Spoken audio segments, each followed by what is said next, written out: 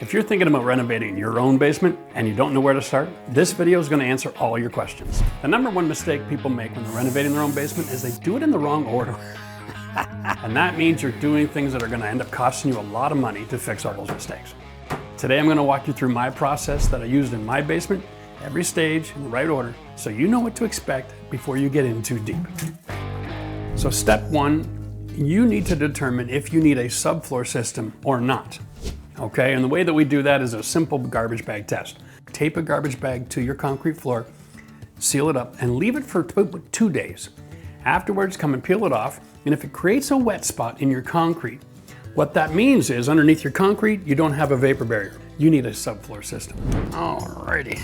Next step is to do rigid foam on your exterior walls. We're gonna put adhesive on the back of the rigid foam, and you press it up against the wall, 2, 4, 6. Don't push too hard, walk away. And you allow yourself to maintain that airspace. A couple of blades worth, okay? That's fine. If you already have a dry basement, I want you to maintain that airspace because later on we're gonna do moisture management for occasional water issues. And that'll also be able to take that moisture from underneath your floor in behind your rigid foam and then dry to the outside again. Installing rigid foam when you tape all the seals also becomes a thermal break all along your exterior walls. It allows you to completely isolate inside your space from the outside temperature.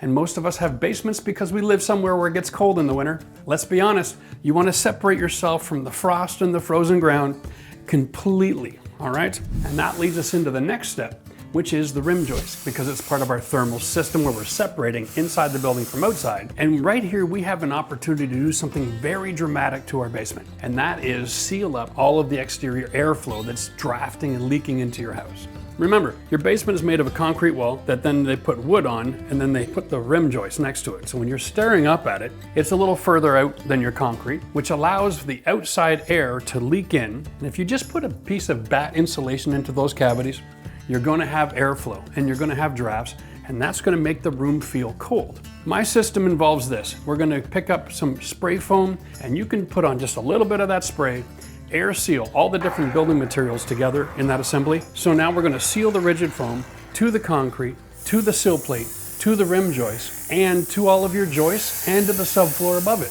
It's a messy, messy business, but it's a little bit of fun, to be honest with you. You'd be surprised how much money you'll save on your heat bill. This one part of the building, the rim joist, it's like having an open window in your building all year round. As soon as you air seal that, it separates all of that heat loss and all that air conditioning and all that humidity transfer, and it keeps your building dry and safe. So now we're getting into one of the first tools that you're going to need to pick up to do my system, and that is a simple laser level. Boom. You're going to take this laser level and you're going to shoot it across your floor and then measure the height differences in all the different areas of the floor.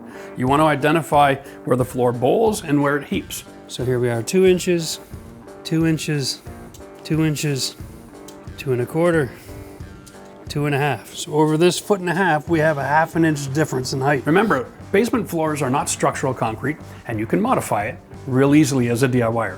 You can take a cup grinder wheel and attach it to your 5-inch angle grinder, and you can take ridges off, or you can turn around and you can mix your own leveling solution in the basement with the use of a vacuum to extract dust, and you can lift up all of those bowl situations. There is no such thing as a luxury vinyl plank that is going to perform on a basement floor that's poured by new home construction. You will not find it in the industry. Don't let them lie to you. This is where you are going to install everything and be finished your basement and go, look how nice it is. Then 6 weeks later, you're gonna start having cracks in your flooring where it's separating. We don't want that to happen. So you get a laser level, you find out what needs to be fixed, you fix it, because subfloor does not fix the leveling issue. It is all screwed and attached to the concrete.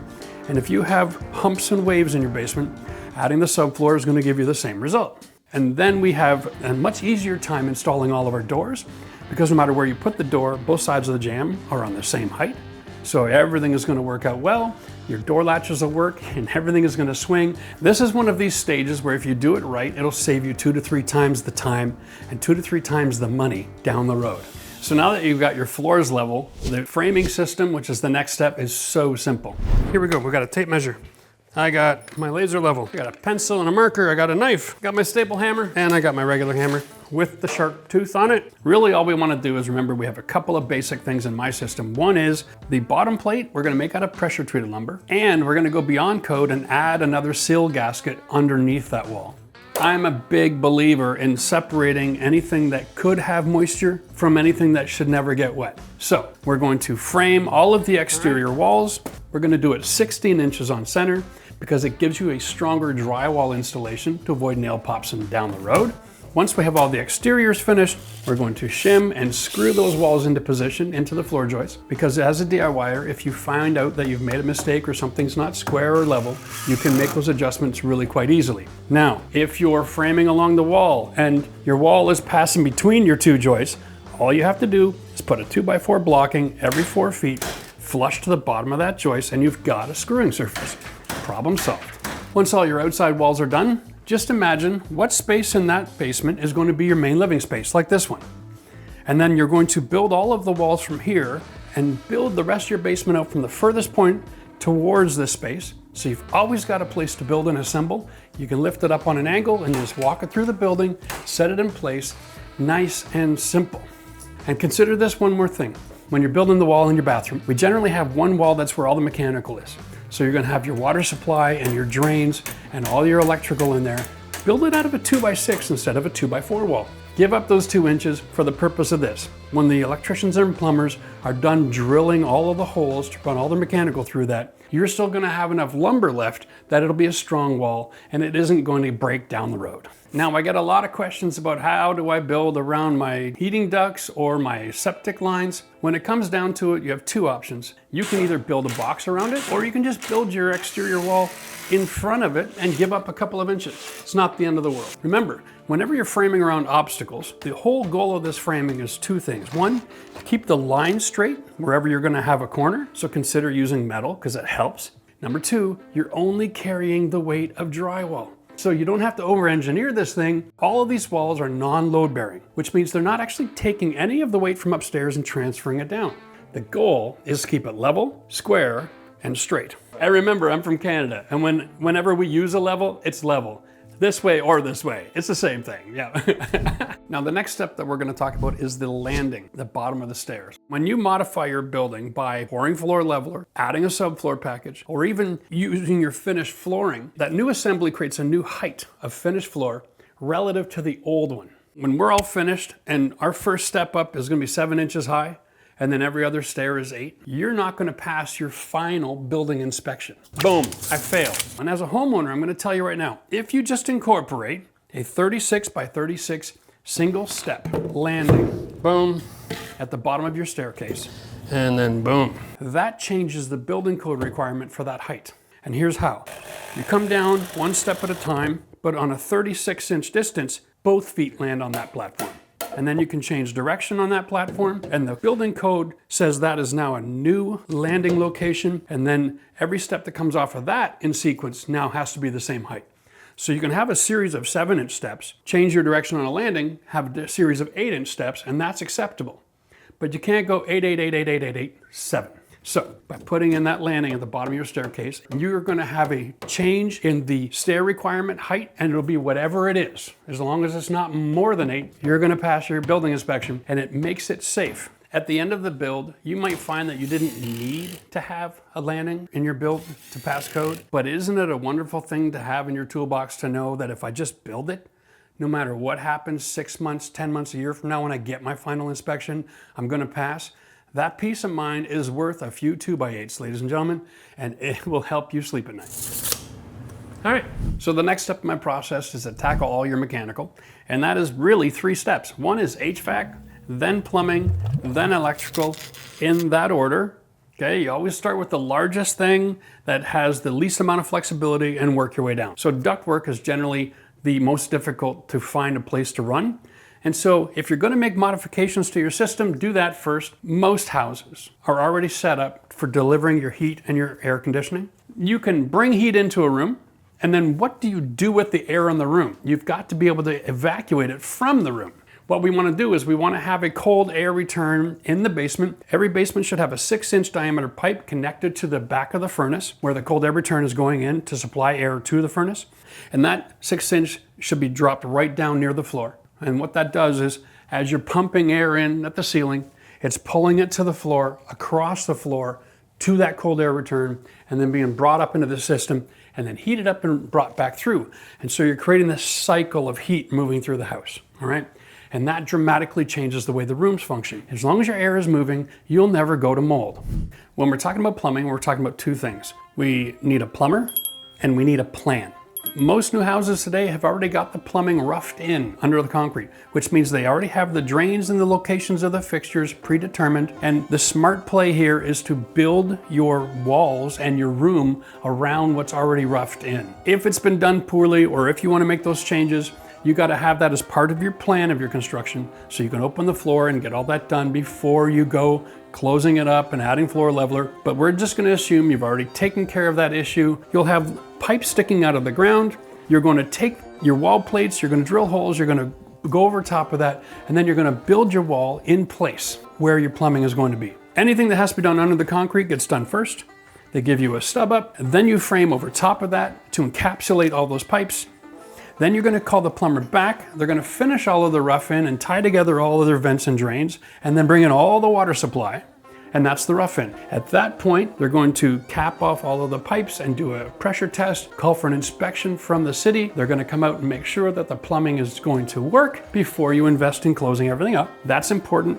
And then the next time you need a plumber is way at the very end of the project. They're going to install all of the fixtures and make sure all the water is going to be functioning properly. You're not going to have any leaks. Now, when it comes to electrical, it's a different beast. The electrician comes in after the plumber has done all of their venting and drain and water supply. And this is why building that 2x6 wall on that plumbing supply line is so important, because the electrician also needs to share that space. The electrician's going to come in, he's going to do all of his runs, all of his lines, he's going to bring them back to the panel. And in most cases, they'll just leave them there hanging and then labeled to install into the panel at a later date. Once your electrical rough-in is done, which means the wires go to all the boxes and all the final locations and switches and areas of the home where you're going to bring power to, and then those wires are going to go all the way back to the panel room.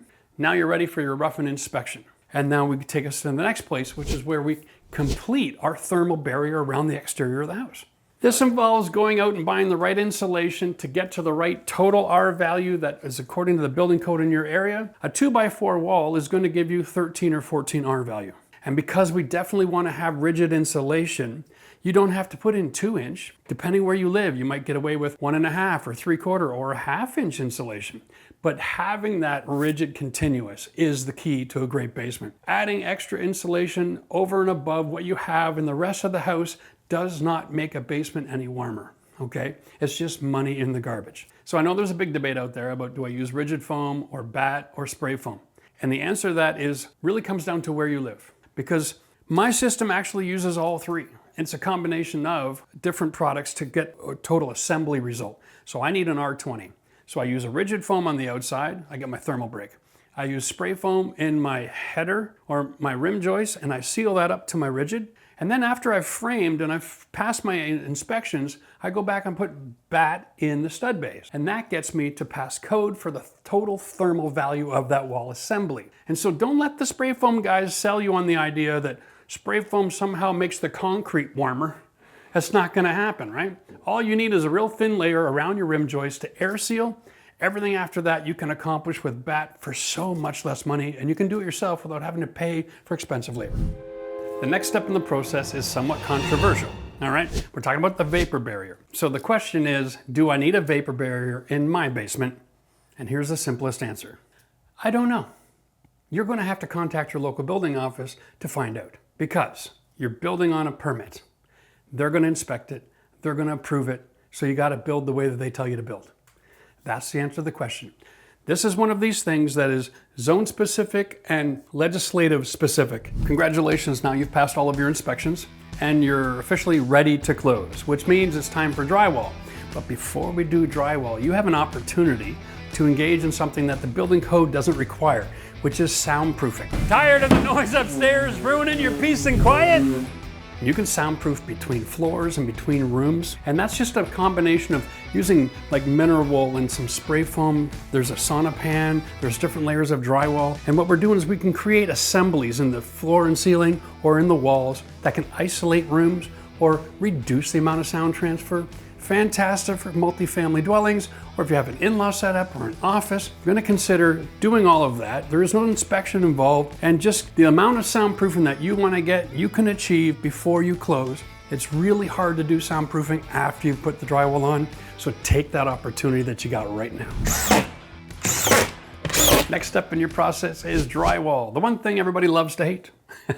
Truth of it is, drywall actually isn't all that difficult, and it is installed in a process. We do ceilings first, and then we do walls, and then we do any bulkheads or additionals after that. Now, when you're doing your drywall work, I recommend you at least rent the tool, which is a drywall panel lift. Whether you're working solo or with a helper, it reduces your fatigue, it makes things go a lot faster, and it gives you the opportunity to, while you're cranking it up, to make sure that you've marked and measured off all of the penetrations in the ceiling before you close them up.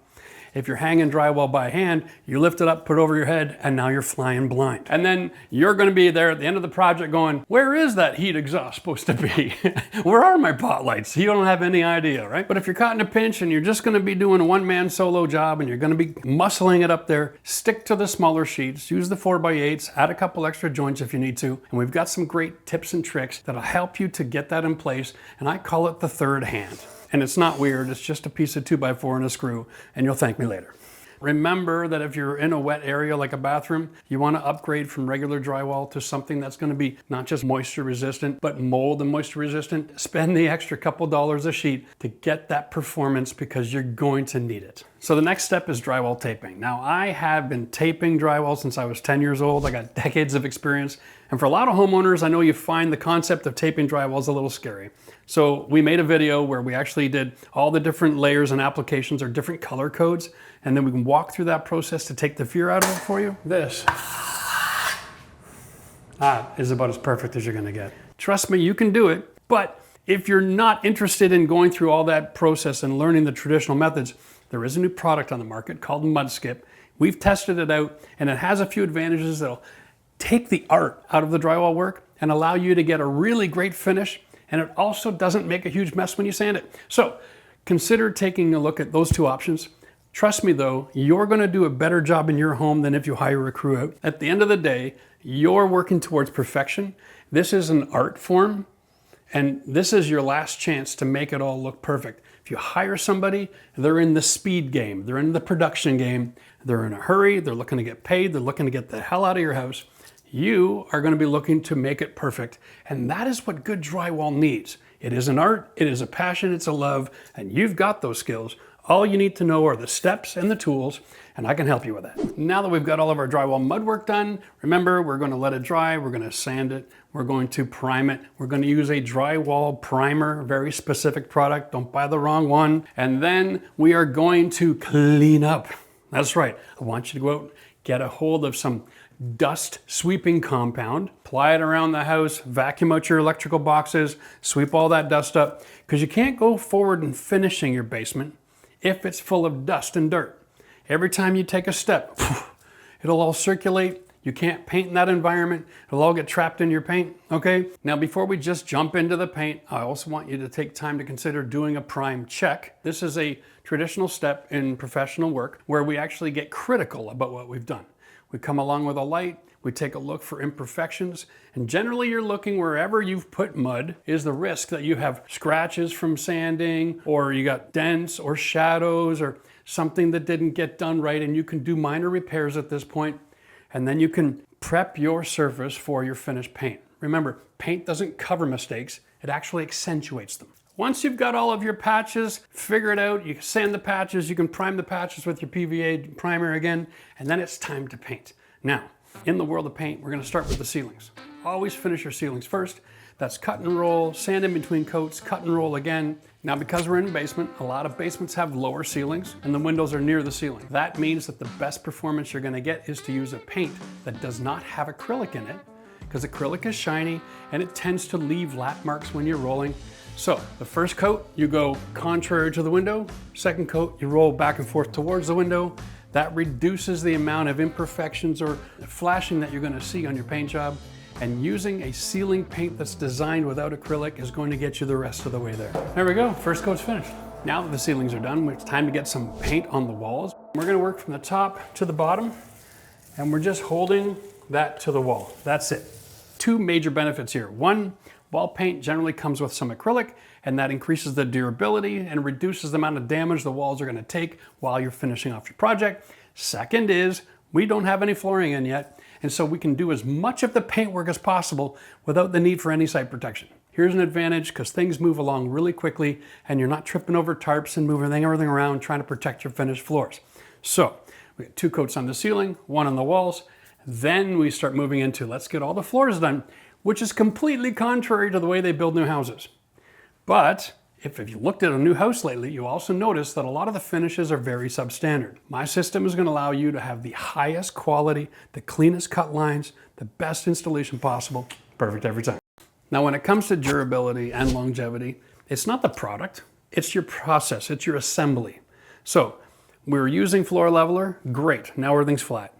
But what's the underlayment? I'm recommending DMX One Step 2.0. It's a hybrid underlayment slash subfloor, what you can put in after your walls are all built. Okay, and what that does is it provides an airspace with a thermal break, so help keeps the floor warm. Any moisture that works its way into the house from an event or a bad rainstorm, it has somewhere to dry to that's not your flooring. So the underside can be completely soaking wet, and we don't care because we're on the dry side. That moisture will work its way out and climatize, and it'll protect your house from cold and mold as well. So if you have a flat floor and a great underlayment, and then you put your LVP on top, now you've got an assembly. Lots of people have put LVP in their basement before without the proper assembly. They've had failures for a lot of different reasons. If you follow my system, beautiful. Nice. Your 20-year floor should last you 40 or 50 years. All right, so once you've got all your flooring installed, now it's time to install our doors. Now, doors will come delivered to you on a jamb, pre-assembled with all the hinges and mortising work done. And you can get that from the box store, or you can go to a local millwork supplier that'll do custom doors. You can get solid core for soundproofing if you want to go there. I like going to the custom places. It's a little bit more money, but you get a wooden jamb and not an MDF jamb, which is basically dust glued together to make board-looking shapes. I'm not a big fan of that, especially in basements. Remember, we are working trying to manage moisture, and the coldest part of the room is at the floor. And if you put in an MDF and you get part of your moisture management wrong, it's gonna swell, your doors won't close, it'll start to get ugly, they're gonna chip, they're gonna break. It's a nightmare. So if you go with solid wood, you've got the ability to make modifications over time. You can repair wood. You can't repair MDF. So do the upgrade, throw an extra few $100s into your home and get that quality. Beautiful. Once you've installed all your door jambs and you've got your doors hung and you know they're gonna work and your gaps and you're happy with it, you've used your laser to make sure they're all plumb and square and level, flush. These are all important things. Perfect every time. All right, you take the doors off the hinges, and you can come out to the largest part of your basement and you can set up a couple of sawhorses and put your baseboards and your casings out, put your doors out on there. Whew. Okay, get everything paint sprayed. Spray your doors, don't brush and roll them. You'll get such a nicer finish. While you're there, you can paint all of your door casings at each end. The value of this is if you pre-paint your door casings and you pre-paint your baseboards, you don't have to ever put a paintbrush near your flooring. Remember, a good LVP has got a good grain texture in it. And when paint gets in there, it's really hard to clean it out. Or if you're using carpet, it's really easy to make a mistake and paint your carpet. So consider pre-painting all your trim. That way, when you install it, you eliminate a lot of that finishing work after the fact in a finished space. Now we've got all of our doors painted. We want to go and hang them all again and get them out of the way. And now it's time for us to pull out our door casings, install the door casings. I like to use as little bit of brad nails as possible to get a nice snug fit, and I'm going to rely on my caulking work to hold it all together later. All the outside corners of your trim, if it's MDF, it gets damaged really easily, and it's impossible to repair to make it look nice. Using solid wood trims gives you the ability to maintain the quality down the road and present this as a repair before you sell, and it looks brand new. When it comes time to finish off your trim, it's really simple. You've already got it painted down near the floor. You're going to caulk all around the outside. You're going to caulk anywhere where there's an expansion contraction where you see a shadow. You want to do all the gaps and cracks. Use a 60-year paintable caulking. Generally, the label will say for crown molding. Don't use the cheap painter stuff. That's only a 10-year. Don't get the 20, the 30, the 40. Get the best thing you can get and that relates to its ability to not crack over time as things expand and contract. Remember, your basement is going through different seasons. You're gonna have heating half the year, you're gonna have cooling the other half of the year.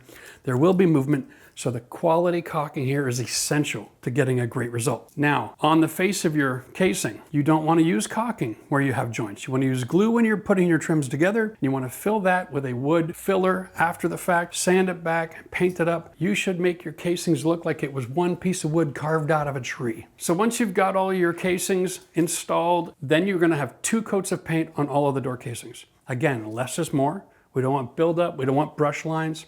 Use a stiff brush on your trim work. It'll get you a better result. Then we're gonna go around and we're gonna install all of our baseboard. The key to installing baseboard is to make sure that if you have outside corners, glue them as you install. And where they meet the bottom of the casing, make sure they're flush. If you have to push or pull or whatever you gotta do, make sure that the face of the baseboard meets up with the face of the casing. One of the reasons why I like using wood trims is because I like a 3/4 thick trim on my casing and my baseboard. And here's why. 3/4 inch thick casing gives you ability to get profile, but it also gives you coverage. Remember, our flooring we're gonna install with a gap. A 3/4 inch baseboard covers all those gaps. It covers all of the screws that we're gonna use to hold the LVP in place in the concrete while we're building.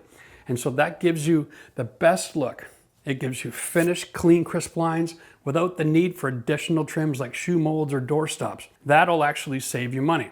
The cost of a good, expensive solid wood trim as a baseboard is around the same as 2 cheap pieces of lumber or MDF to get the same result. So don't be afraid to upgrade. You can have a really good look. And remember, when you're installing your baseboards, you're gonna have them pre-painted. So use an adhesive on the back for the bottom half of that trim, set it in place, only use a few nails across the top in order to hold it tight to the wall, and then fill that gap with your caulking, and it should be the 60 year again, and then let it dry overnight. Then when you come back to paint, you only have to do the nail hole fills near the top of the trim. You'll never have to brush the bottom where your flooring is again. And that'll reduce your time at the end of the job. All the crawling around on the floor, you can eliminate that by painting it in advance, standing up like a grown-up. And it's going to make sure that you never get paint on your floor. Now, once all of your casings are painted, then we're gonna do all the second coat on the walls. Then we're gonna come back with the brush and we're going to draw that nice crisp line on your baseboard. And if painting isn't a skill that you've mastered and you want a bit of a cheat code here, I'm gonna suggest this, like we did in our basement. We use the same color on the ceiling paint, the same color with a different sheen on the wall, which is flat with a little acrylic, and then the same color on the doors and trim, same color but more acrylic, and we used an eggshell. That makes it possible for you to make mistakes with your cut lines and not have it show up quite as easily. It's a great cheat code, it's also a great look, and having the same color on all the surfaces makes the room feel bigger. Now that we're done all of our finished painting work, we have all of the little accessories and fixtures to install. So we've got the pot lights to put in. Make sure whenever you're working around a ceiling, especially when it has flat paint, you wear the blue latex gloves. You don't want oil from your hands transferring onto the paint, because you won't see it today, but in a few weeks, you'll see your fingerprints. That same rule goes for everything else. If you're using a flat paint like we did here, make sure you wear the gloves when you're putting your light cover plates on. Make sure all your screws are vertical, not horizontal. It's actually amazing how many people out there get really, really upset if they don't have those screws in the right direction. We want to put in the round baffles. Remember, my basement series, I'm teaching people don't use the big 4x10 boots for your exhaust. Just use a 5-inch elbow. These just pop up and they dial up and they dial down so you can control all of the heat and cooling and everything else going on. Bam, one and done. We slide those in, we put in our smoke detector systems. We're gonna put on the cover plates and put all those in place. Don't peel off the last bit of tape until after you've got all of your duct cleaning done and you've done another couple more sweep and vacuum of the house. Dust will set off those newer systems because they are that sensitive. We want to make sure we put on all of our doorknobs. Do not mark up the doorknobs by using short bits. Get a nice 6-inch long bit so that you can keep the drill and the bit away from the handles. Add the door stops as well. Then it is time for you to get it all furnished.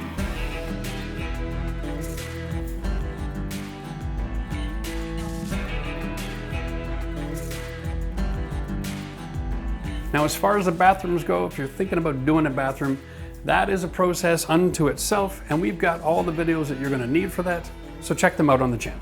there's my sequence. Now, not every house out there is exactly the same, and I'm sure there's a bunch of you out there with a bunch of questions. So if you have questions, drop them in the comments section. I'm gonna do my best to get to every single one of you.